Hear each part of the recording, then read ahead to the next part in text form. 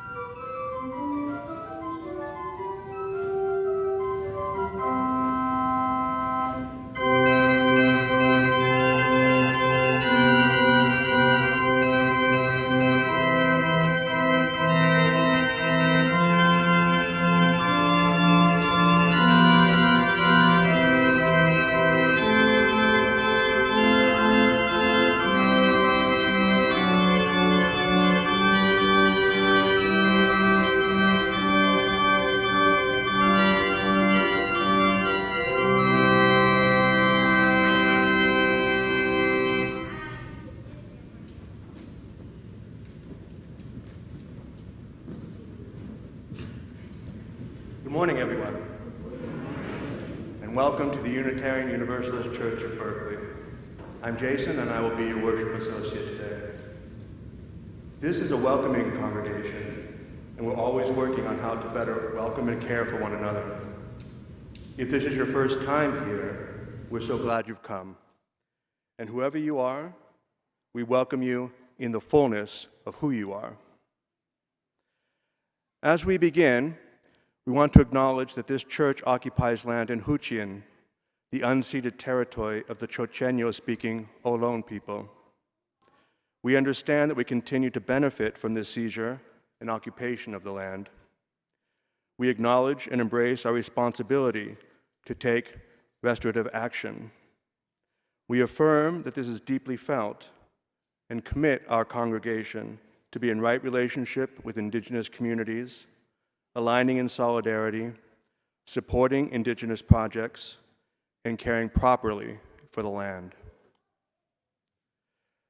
Let us kindle our chalice flame with these words by Tracy Bleakney. A child journeys far from home, fearful and brave, in need of safe harbor. Guided by this chalice, may we seek to understand the causes of flight, like the comfort of a candle flickering in a window of darkness. Let us welcome this child into our home with warmth, nourishment, and love. Would we not want the same for our own child, lost and alone in a strange land? We also pause to remind ourselves of some of the foundations of resilience with Reverend Michelle, we light a candle of courage, a candle of acts of service, a candle of fellowship, and a candle of hope. May we find and cultivate these foundations of resilience in ourselves and in one another. And now, please rise in body or spirit to join in our opening song. We're going to sit at the welcome table. The words will be on the screen.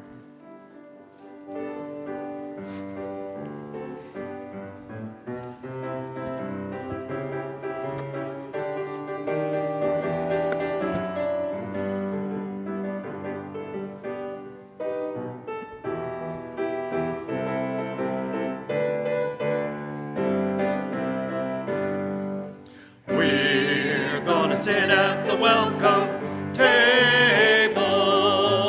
We're gonna sit at the welcome table one of these days. Hallelujah. We're gonna sit at the welcome table. Gonna sit at the welcome table one of these days. All the good around the table.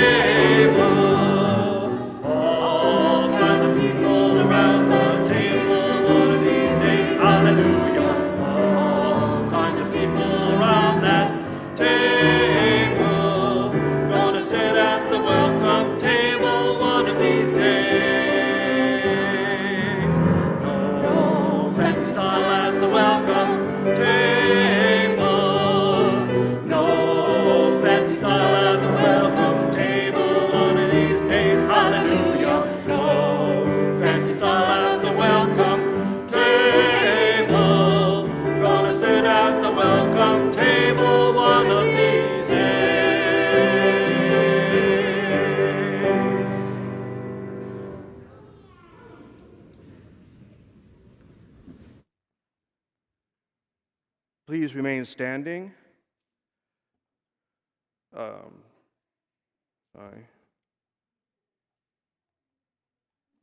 Yes, please remain standing as you join me as we say our covenant. Love guides this church. The quest for truth and justice is its common purpose. To give thanks, listen deeply, speak with care, honor our differences, and seek and grant forgiveness. These things we covenant with one another. Please be seated.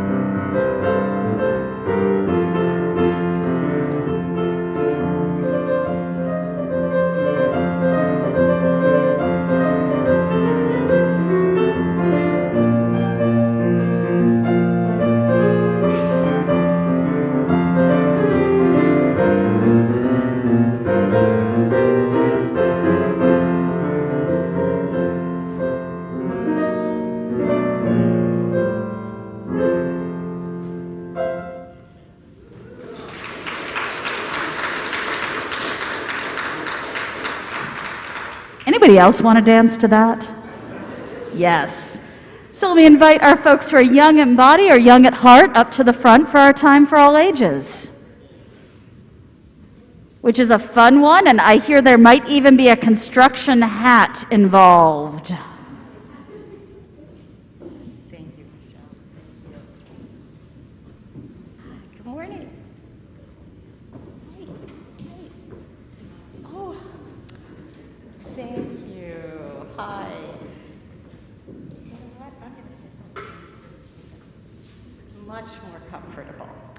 Good morning. My name is Karen Tripp, and I and Lynn are here representing the Stewardship Committee.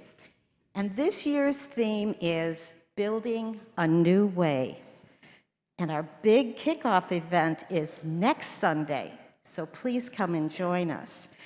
But today you'll see, along with our theme, we have a pile of building blocks. And this is a special treat for RE today.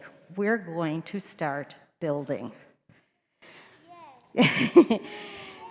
The building blocks represent all the ways that we can build a strong church, a strong community, and a much stronger world. But our first block to start with is the block of love.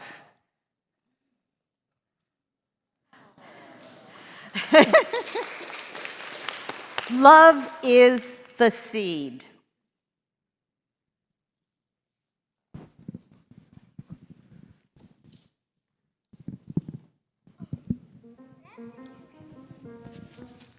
We are building a new way. We are building a new way. We are building a new way. Getting stronger every day. We are building a new way. We are working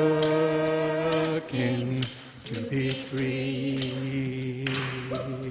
We are working to be free. We are working to be free from love, hate, and jealousy. We are working to be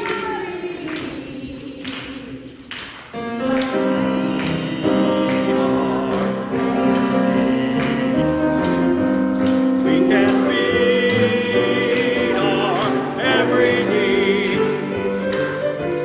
We can feed our every need. But with love that is the seed, we can feed our every need. Peace and freedom is our cry. Peace and Freedom is our cry.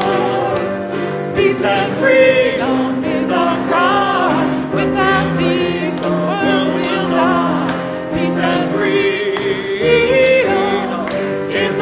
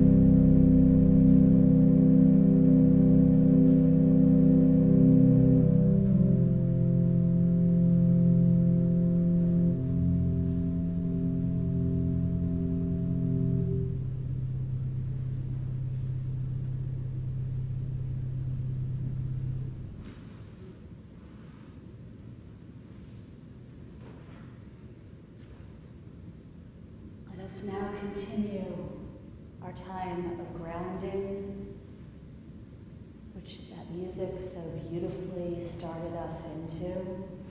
And I invite you to close your eyes if you wish. Reach into yourself, find the heart space within yourself, and take a few moments reaching in and expanding that heart space to surround you, wrapping you in arms of compassion and grace,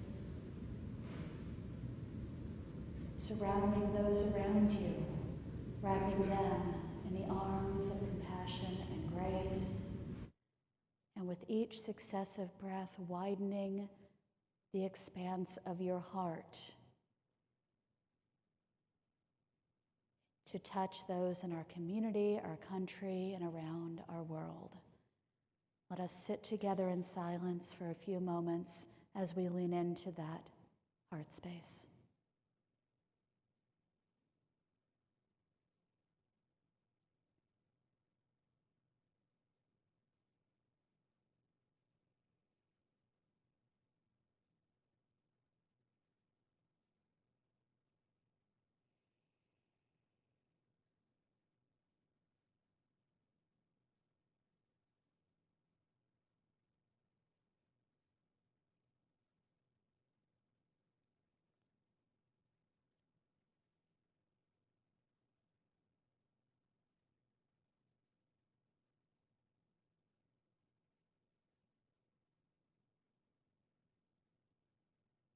With our hearts wide open, I lift up those around our world.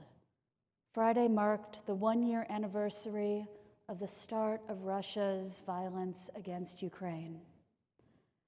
Let us join in the spirit of prayer as we hold up this and the Ukrainian people. Spirit of life, God of justice, Mother of creation, you call us to embody equity and freedom in our lives. You are present in every struggle to overcome oppression with peace and with justice.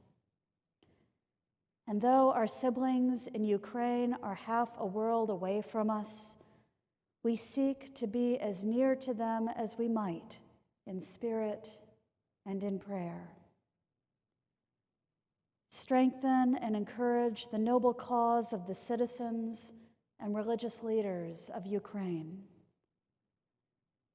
Inspire wisdom, understanding, and compassion in the hearts and minds of the members of the Russian government. Comfort those who suffer in this and in all struggles for peace and justice in our world. We seek to be useful instruments in solidarity with the people of Ukraine. And so we rededicate ourselves to living lives examined through the lens of right relationship internationally. Our prayer is that in this very moment and in the ones to come, that wisdom and compassion will guide our hands and will guide our hearts. Amen. Please remain seated to join in our meditative song, Gathered Here. The words will be on screen.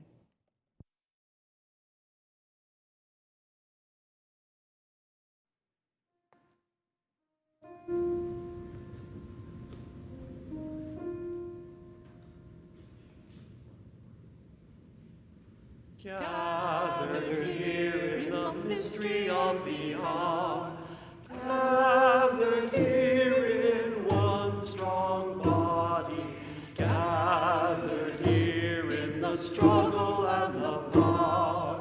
Spirit, draw near. Gathered here in the mystery of the hour, gathered here in one strong body, gathered here in the struggle and the power. Spirit, draw near.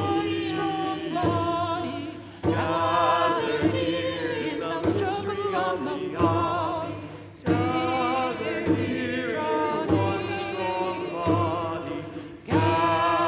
here in the struggle and the power. Gathered here, drawn near. Gathered here in the mystery of the hour. Gathered here in one strong body. Gathered here in the struggle and the power. Gathered here in one strong body. Gathered here in the struggle and the power. Gathered here in the struggle and the power.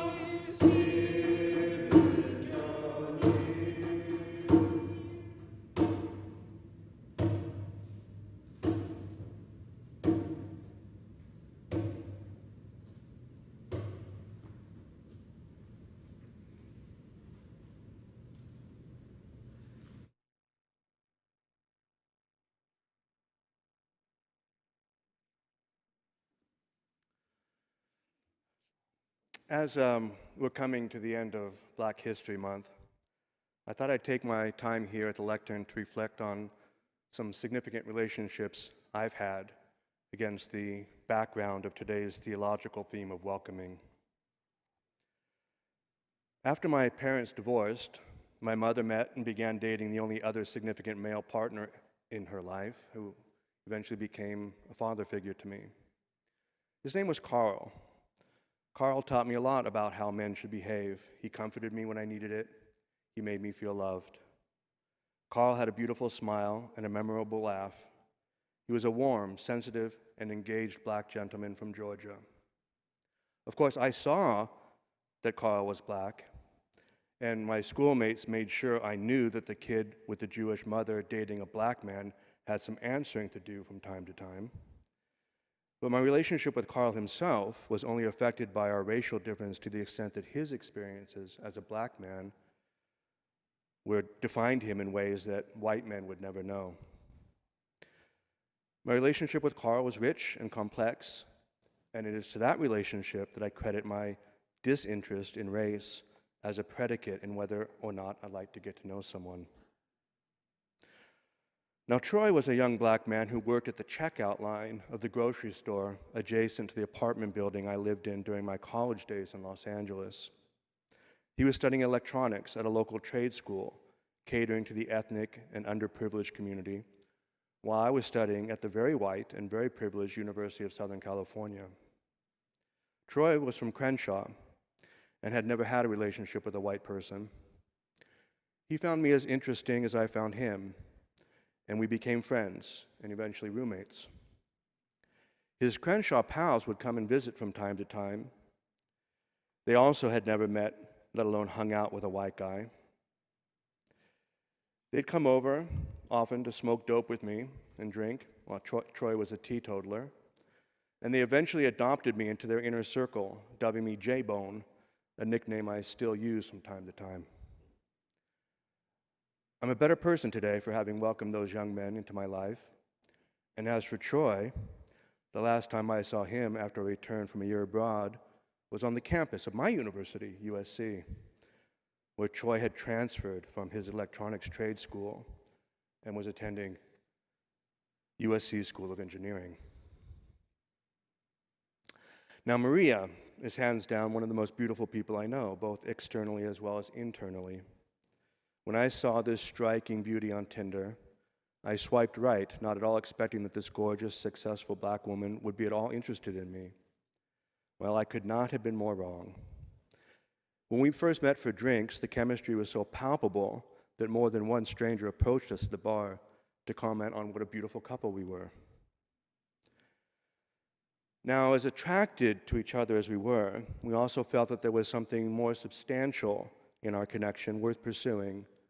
So we agreed not to know each other in the biblical sense on the first date.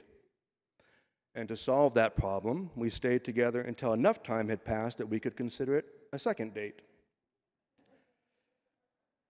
Yeah, from that night, meeting Maria for a drink, we were in each other's company from sunrise to sunset for a week, and dated seriously for many months until I screwed it up. For Maria, I came to reflect on what it means when we describe a person as being African American. Maria was not African American, she was African. More precisely, she was from Malawi. She was Malawian. She was the daughter of the Malawian ambassador to the United Nations. She went to boarding school in Switzerland and Canada. Her French was as fluent as her English, and she was proudly African, never having gotten U.S. citizenship. She would not hesitate to correct anyone who described her as African American, as if it were necessary to gentrify African with American. I'm blessed that my story includes the relationships I had with these three remarkable people. And the more people we do welcome into our lives who have experiences significantly different than our own, the more enriched our journey becomes, and the better we become as human beings.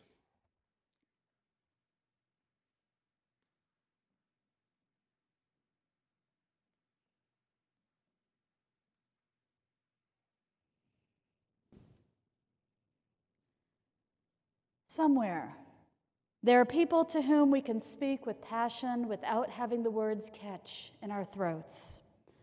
Somewhere, a circle of hands will open up to receive us.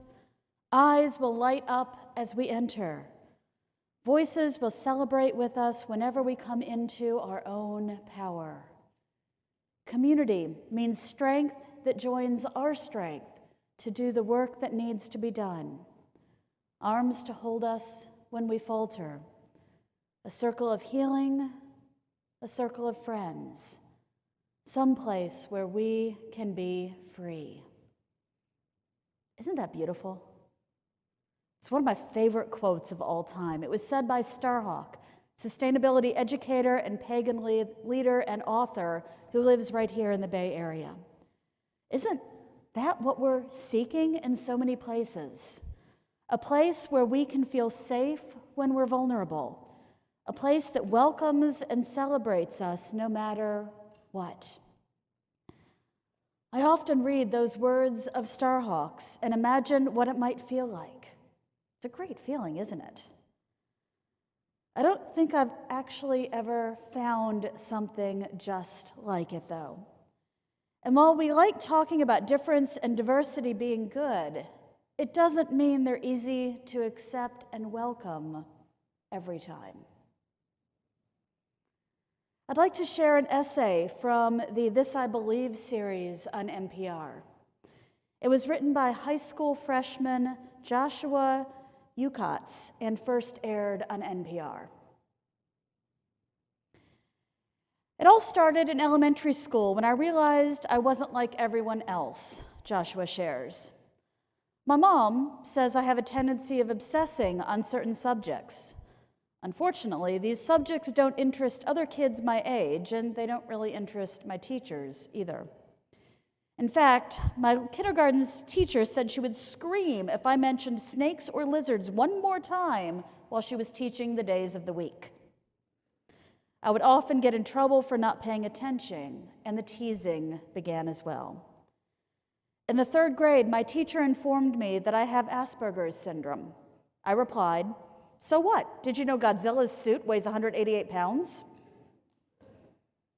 I might be different because I have different interests than other teenagers, and I tend to have blinders on and can only see one thing at a time. But that doesn't give them the right to be so mean and cruel to me. Kids at my school make fun of me for liking what I like. People also make fun of me for knowing facts about volcanoes, whales, tornadoes, and many other scientific things. My mom says she's been able to answer many questions on Jeopardy just by listening to what I have to say. But I've even been ridiculed for being smart. Maybe someday I'll become a genetic engineer and create the real Godzilla. Sometimes," he says, "I wish I were like everyone else. But not really.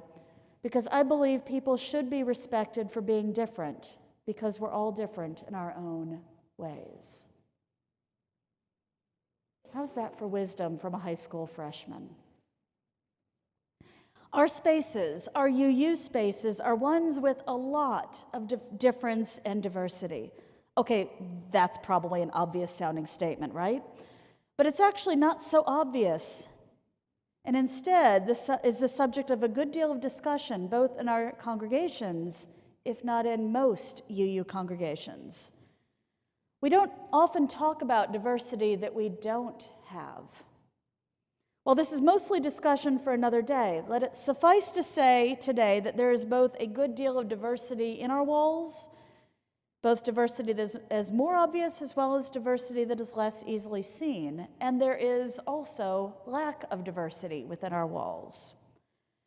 And most ironic of all is our struggle with theological diversity, which is both our hallmark as well as a source of discomfort and uncertainty for many UUs. How's that for irony? So this brings us to our central topic for today, welcoming and hospitality. These are cultural issues, cultural in a small-scale sense, because the extent and means by which we live them out are part of congregational culture.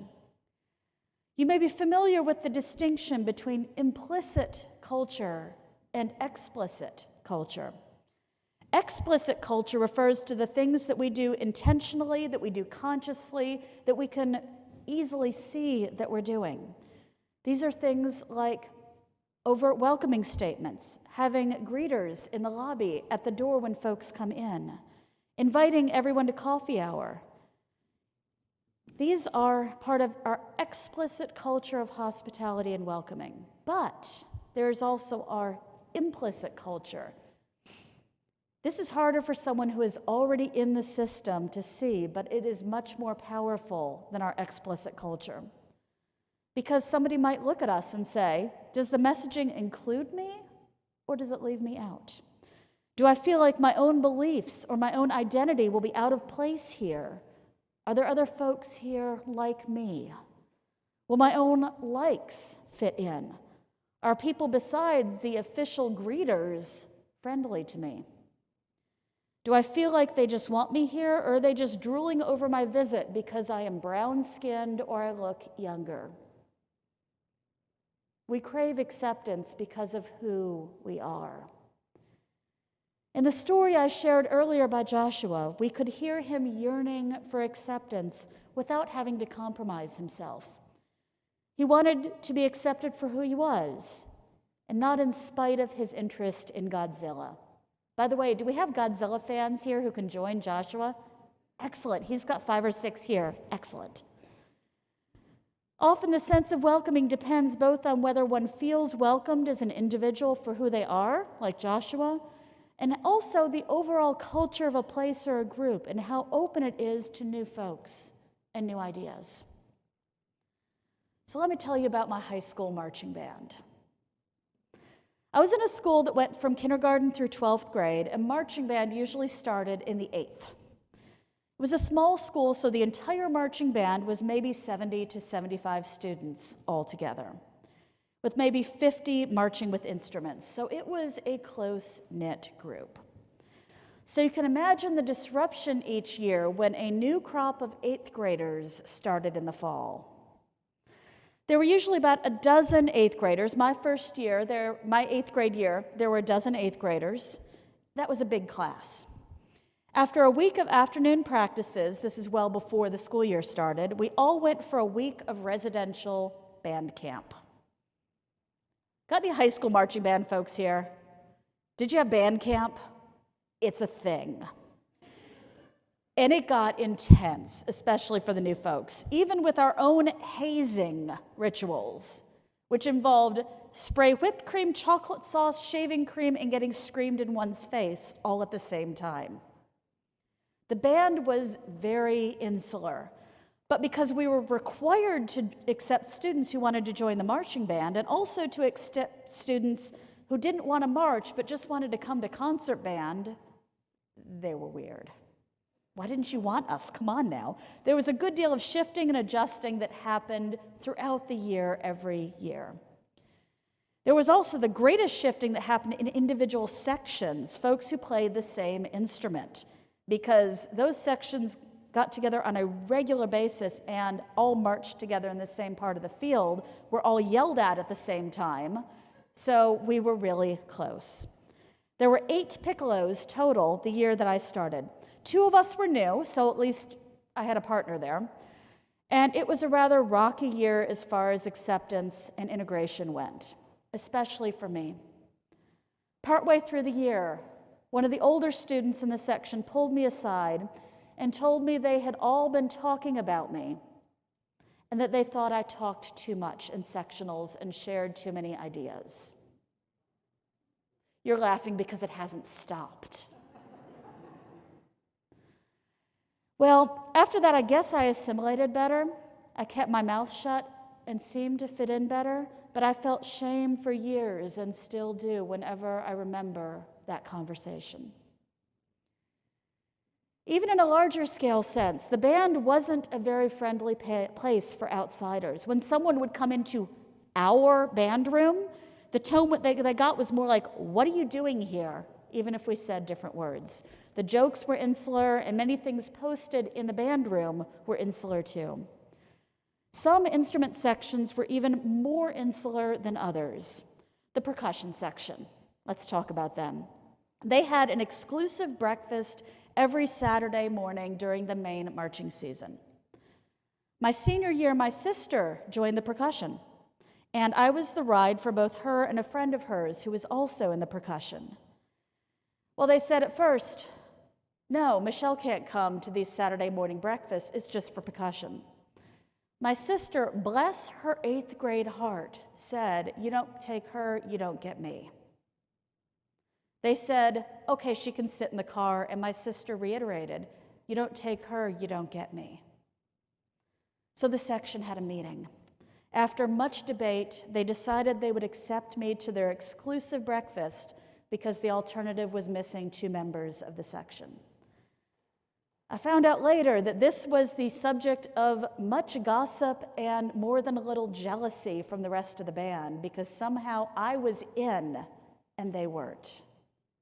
How's that for insular culture? So I'm telling you this story at length because I'm guessing you hear echoes of your own experiences in it, whether these are middle school or high school or all so many experiences of adulthood.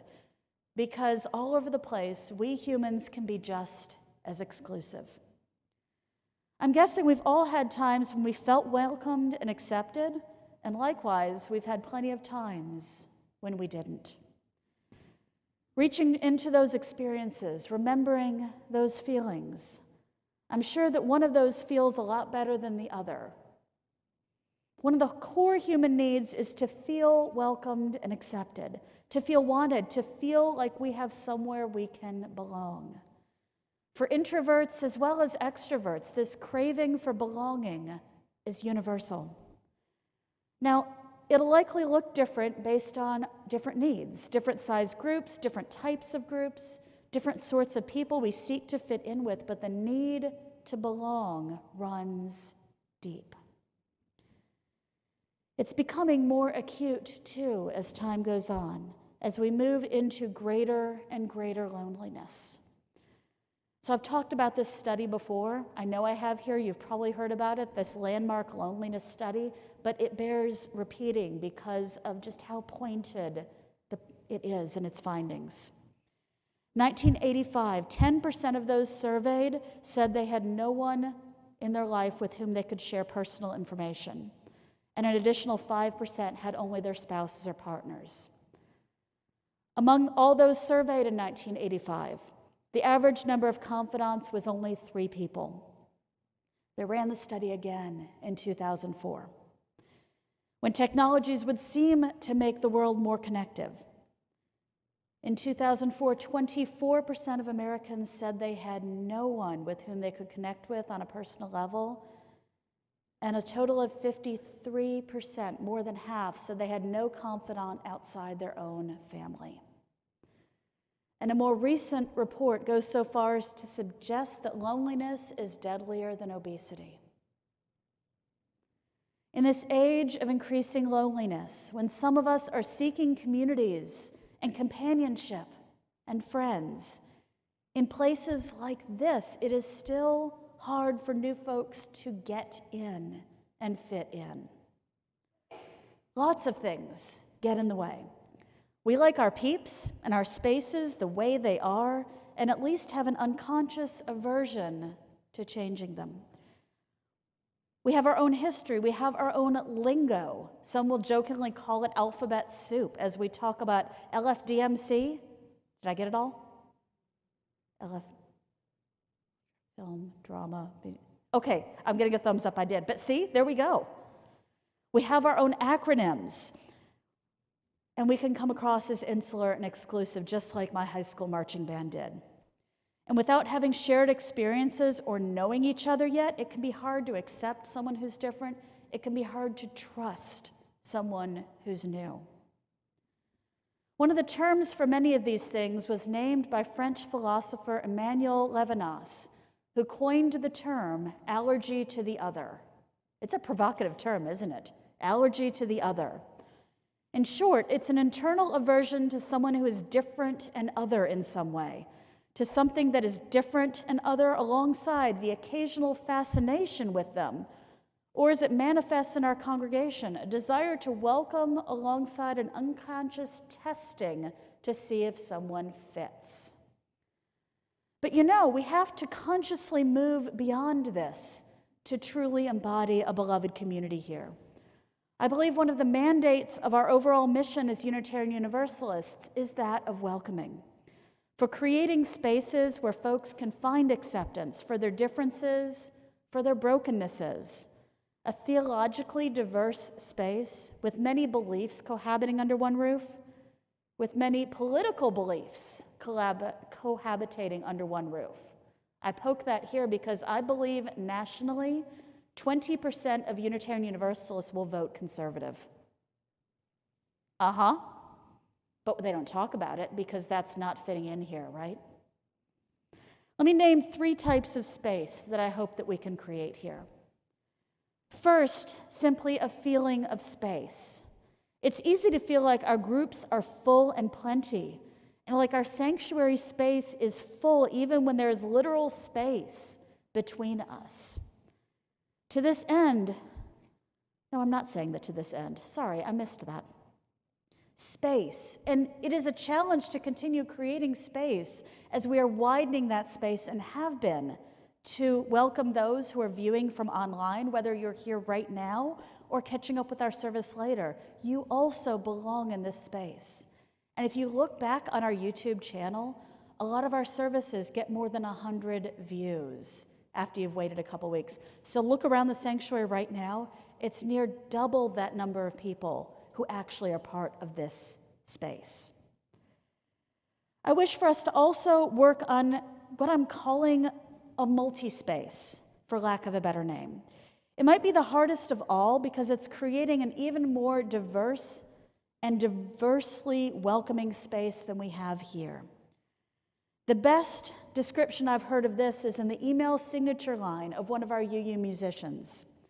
His signature line, I can't find a reference for it, so I'm doing it from memory, reads something like, "I'm grateful for the part of worship that doesn't speak to me, in the hopes that it's speaking to the person sitting next to me." Okay, lean into that for a second. I'm grateful for the part of worship that doesn't speak to me, in hopes it speaks to someone else who's here. Okay, that's a wild and crazy statement, is it? Especially in a time when folks send feedback saying, "I didn't like this part of the worship service because it didn't speak to me." Flip that on its head and say, "Oh, I'm grateful for it because someone else has different needs here." That's the multi-space. And finally, I call on us to create not safe space, which is a problematic term all by itself, because it's fundamentally impossible to guarantee safe space, but brave space. According to justice worker Jennifer Bailey, brave space recognizes there is no such thing as safe spaces in our communities. We all have the potential to hurt others and to be hurt ourselves. Moving forward requires vulnerability and courage. It will require the risk of saying yes to the unfamiliar for a chance at the transformational. Creating the feeling of space, creating multi-space, and creating brave and vulnerable space. These take intentional effort to get beyond the implicit cultures of the comfortable. I don't think we want to be intentionally excluding folks, even as we inadvertently do so. Would Joshua be welcomed here? Would Joshua be welcomed here as an adult who may act differently, interact differently, or what gets in the way of that? Not doing so takes effort. Not doing so, not being exclusive, takes effort from all of us. I hope you will join me in doing this essential part of our making our beloved community. I'd like to close my thoughts with this poem by Mickey Scott B. Jones about brave spaces. Together we will create brave space because there is no such thing as safe space. We exist in the real world. We all carry scars and we have all caused wounds. In this space, we seek to turn down the volume of the outside world. We amplify voices that fight to be heard elsewhere. We call each other to more truth and love. We have the right to start somewhere and continue to grow. We have the responsibility to examine what we think we know. We will not be perfect. This space will not be perfect. It will not be what we wish it to be, but it can be our brave space together, and we will work on it side by side. May it be so this week and every week.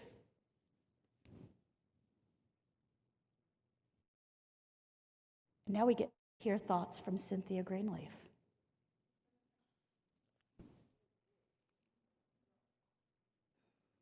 Who's putting on a fabulous hat.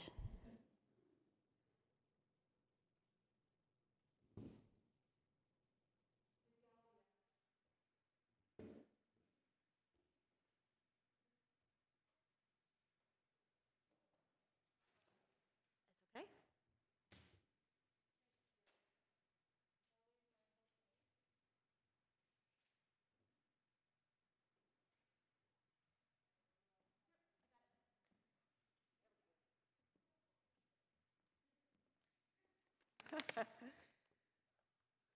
Every warrior needs regalia. Good morning. My name is Cindy Greenleaf, and I've been invited to share some of the reasons I support UUCB.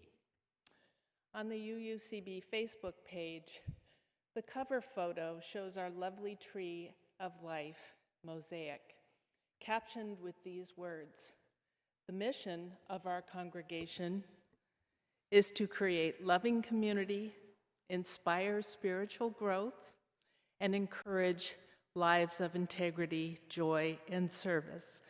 May you find the community of your longing with us." I became a church member in 2017. In November of 2016, I was in disbelief, depressed, dispirited, and unable to accept that this country could embrace the hatred and ugliness that it had.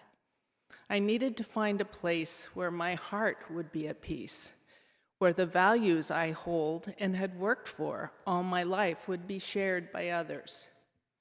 UUCB turned out to be this place. As a child, I was always taught to make things better than how I had found them, to serve others in the common good.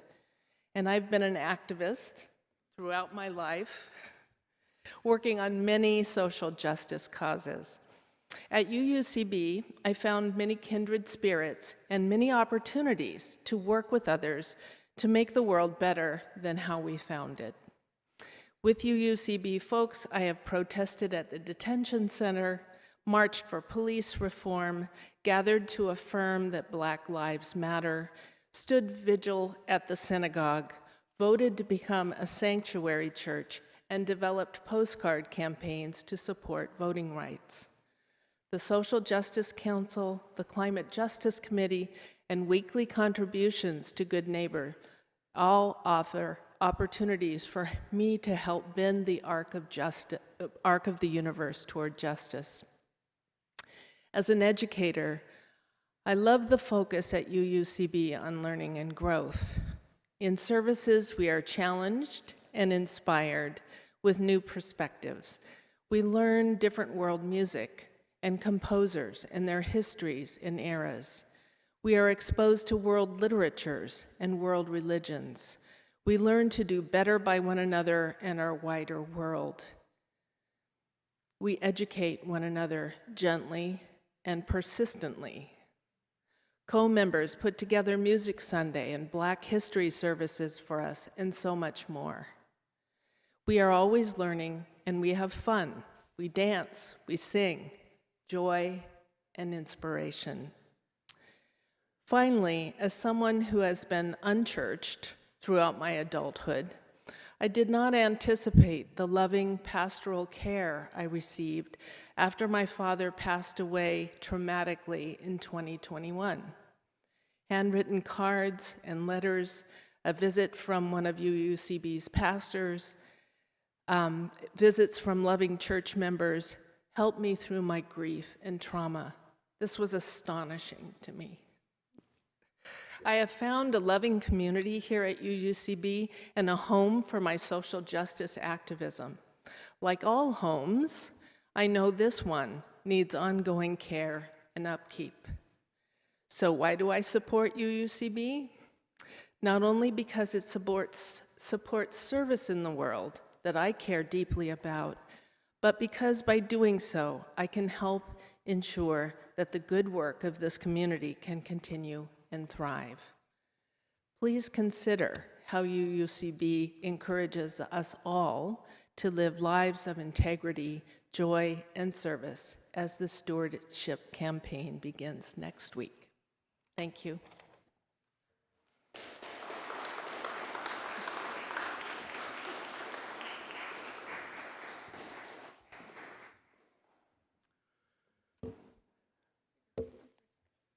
Oh, got it here.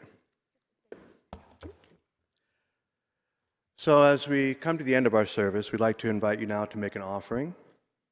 In this way, each of us has the opportunity to contribute to keeping our community dynamic and resilient.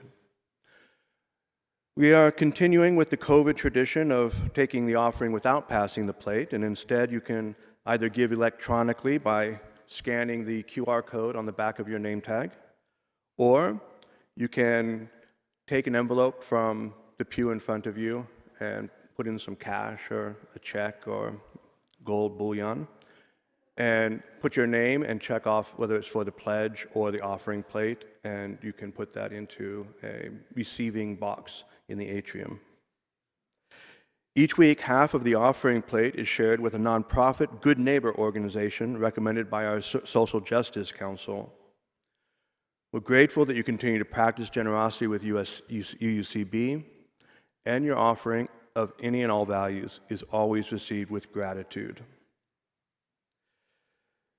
This month, our Good Neighbor organization is the East Bay Sanctuary Covenant, which provides legal services, community organizing, and transformative educational support to low-income immigrants and people. East Bay Sanctuary Covenant believes in a future that values community and healing over policing and incarceration. Thank you.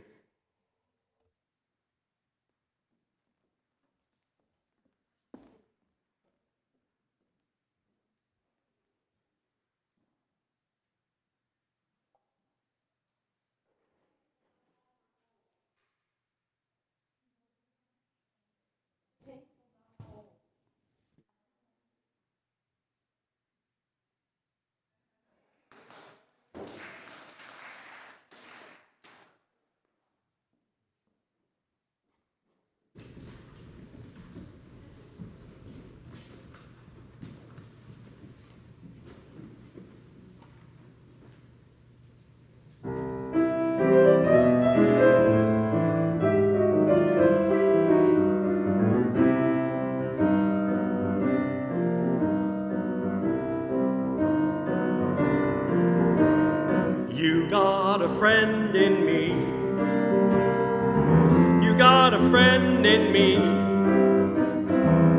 when the road looks rough ahead and you're miles and miles from your nice warm bed.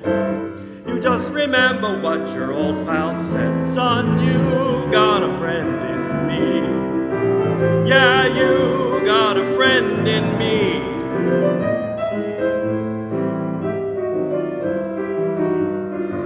You got a friend in me. You got a friend in me. If you got troubles, then I got 'em too. There isn't anything I wouldn't do for you. If we stick together, we can see it through, 'cause you got a friend in me. Yeah, you got a friend in me. Now some of the folks might be a little bit smarter than I am, bigger and stronger too, maybe, but none of them will ever love you the way I do. Just me and you, boy. And as the years go by, our friendship will never die. You're gonna see it's our destiny. You got a friend in me. You got a friend in me. You're gonna see it's our destiny. You got a friend in me. You got a friend in me. You got a friend in me. A friend in me.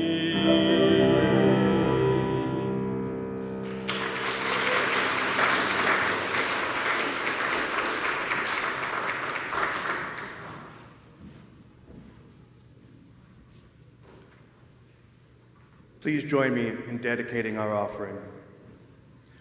We dedicate our offering and ourselves to the mission of this congregation, to create loving community, inspire spiritual growth, and encourage lives of integrity, joy, and service. Thank you. It has been great being here with you today. It's been a fun service. And Phil, thank you for that fabulous song. And Katya, thank you for all your music today too. And Don and Kathleen for your music leadership. Thank you. Speaking of music, Barry Zuckerman will have a recital of his beautiful art song next Sunday, March 5th at 3 p.m., a delightful fundraiser for UUCB. So mark your calendars, that's next Sunday afternoon. This Sunday, today in the afternoon, will be a memorial service for longtime UUCB member Jay Hanks. It'll be on Zoom only at 2 p.m., and the link, I believe, is in the week ahead. And I hope it's on the website. It's in a few places. And then coming up this next month, I'll be leading 2 workshops on trust and strategies for working with trust here at UUCB. They'll be on Zoom Tuesday evenings, March 7th and 21st. You can come to one or both. They're not identical, so come to both if you can, or just come to one if you can. Many of UUCB's leaders will come, and I would invite anyone in our church community to come and think about trust here at the church as well. And now, how about some music? I think y'all haven't sung this one before, so it's a really sweet hymn. New to y'all, but I hope that you enjoy it. Please rise in body or in spirit. Love knocks and waits for us to hear. If you want it in the teal hymnal, it's number 1029. The lyrics will be up on screen.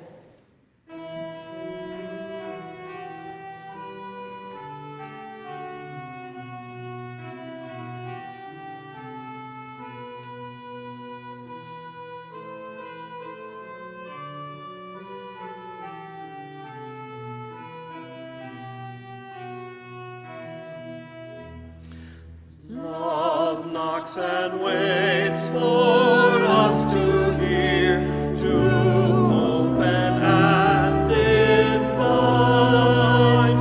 Love looks to quiet every fear and seeks to set things right.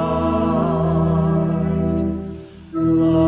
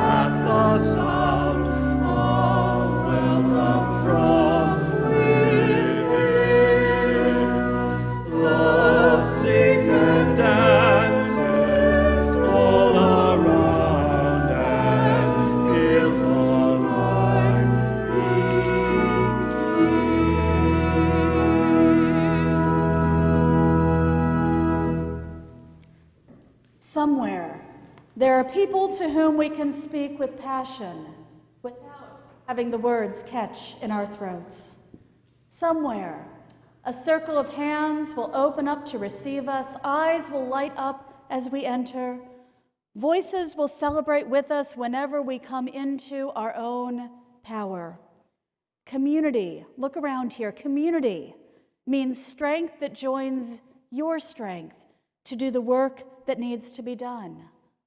Arms to hold us when we falter, a circle of healing, a circle of friends, someplace where we can be free. May we strive to create and embody this space here in this congregation. And as you go forth from here, remember, you are never all alone. Blessed be.